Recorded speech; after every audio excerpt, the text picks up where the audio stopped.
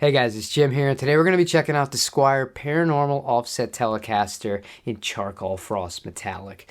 This color is exclusively available at fender.com, and Fender themselves were nice enough to send me this in exchange for this video that you're watching today. However, with that being said, on paper, I already like a lot about this guitar. It combines two of my all-time favorite instruments, the Jazzmaster and the Tele.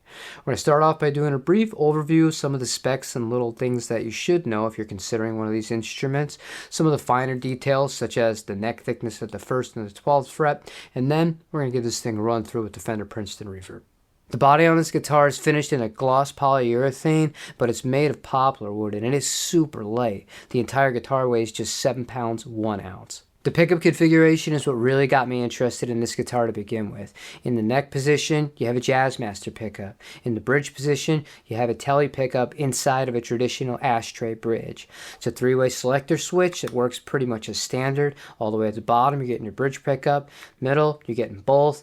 All the way at the top is at the neck position. But this guitar has 2 extra tricks up its sleeve. The volume and the tone controls both come with push-pull capabilities. On the volume knob, if you pull it up, you're going to combine both pickups and put them into series. That's really good if you want to play with some gain or you just want to add a little bit of thickness to a part. On the tone control, if you pull it up, it puts both pickups together out of phase, so you can kind of get into the Mustang funk territory. The neck on this guitar is definitely on the flashier side of things, but it's right up my alley. Block inlays, binding on the neck, an Indian Laurel fretboard with narrow tall frets and a 9.5-inch radius. But there was one big surprise that I observed the moment that I took this guitar out of the box and I felt it for the first time. Fender lists this as having a slim C profile. However, it felt a little bit more substantial to me when I picked it up. So when I had the strings off and I was switching to my preferred gauge, which is 1046, I did measure. At the 1st fret, it's 0.84, and at the 12th fret, it measured out at 0.93. Last but not least, this guitar comes with a bone nut, not a synthetic one, a real bone nut, and obviously, it's got the lovely matching Charcoal Frost metallic headstock. For today's sound demonstrations, I'm going to be using the Fender Princeton Reverb mic'd up by the Shure SM57.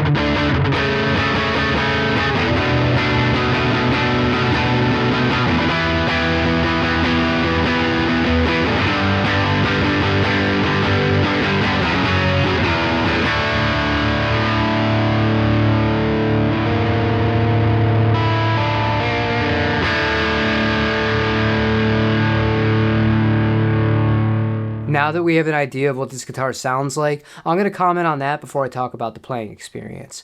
Obviously, this is a mashup of a Jazzmaster and a Telecaster, but for me it takes the two best parts of each one and combines them into one instrument. On a Jazzmaster, my favorite position is the neck pickup, followed second by the middle position. On a Telecaster, my favorite is the bridge pickup because it does gain so well. It's bold, it cuts excellent in a mix.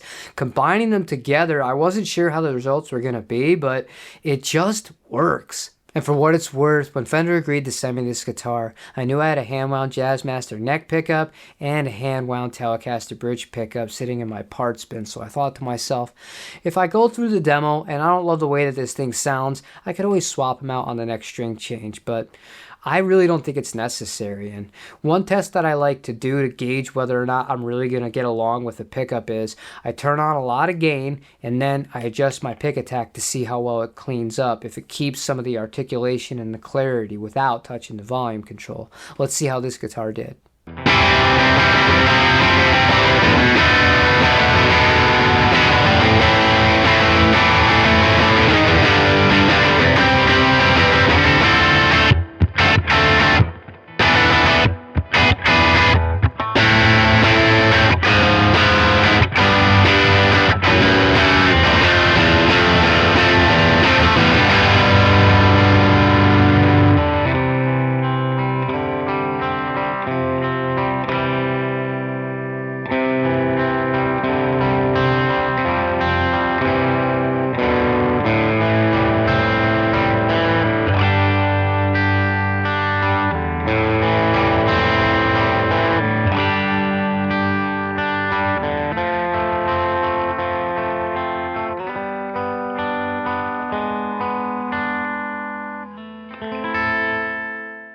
That clip really speaks for itself, and remember, the drive pedal was on the entire time. But the truth of the matter is, the tone of the instrument and the aesthetic of the instrument only matter so much.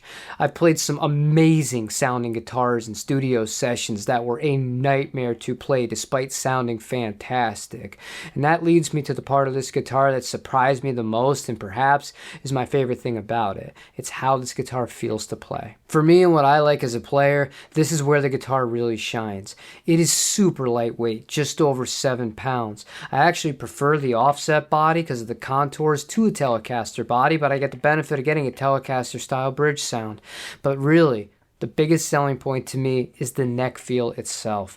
This just feels like a great Fender neck, and I immediately felt like right at home with it once I dialed it in. I also don't have any tuning stability problems with this guitar, but that's kind of to be expected.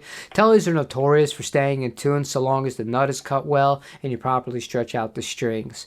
This is a guitar that I will happily take out and perform with as is. There are only two potential cons I can think of with this instrument. The first being the fact that should you also want to perform with this guitar, take it to a friend's house to jam or potentially to a recording session, you're going to need to buy a gig bag or a hard shell case for it because this doesn't come with anything. It just comes as is in the box. The second being, there were times during the demonstration where just out of force of habit, being so used to this body style, I was going for the bar. And there was no vibrato attached onto this guitar. It's not really a huge con, it's just something that it's going to take a little bit of getting used to. Overall, I think that this is awesome value for money, and you should definitely check one of these things out. It stays in tune great, it's lightweight, it's comfortable with the offset body, and just simple. It just works. If you're interested in a charcoal frost metallic finish, however, you're going to have to go to fender.com. It's exclusive to their website. I left a link in the description to check that and some of the other limited run finishes that they have available there on some of their other additional models. Thank you for making it to the end of today's video. Your support means the world to me. And thank you to Fender for sending me this fantastic instrument. Hope to see you on the next video. Take it easy, everybody.